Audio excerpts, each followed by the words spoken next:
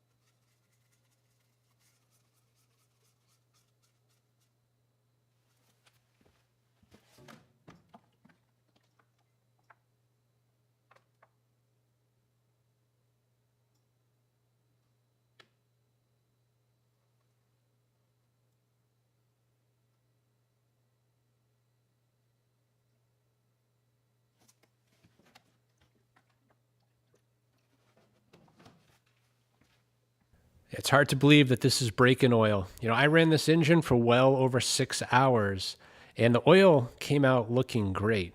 There is just a slight hint of metal in the oil, which is really good. I've broken in plenty of engines, and a lot of them don't come out looking this clean. Anyway, now that the engine's broken in, I am going to use 10W30 synthetic.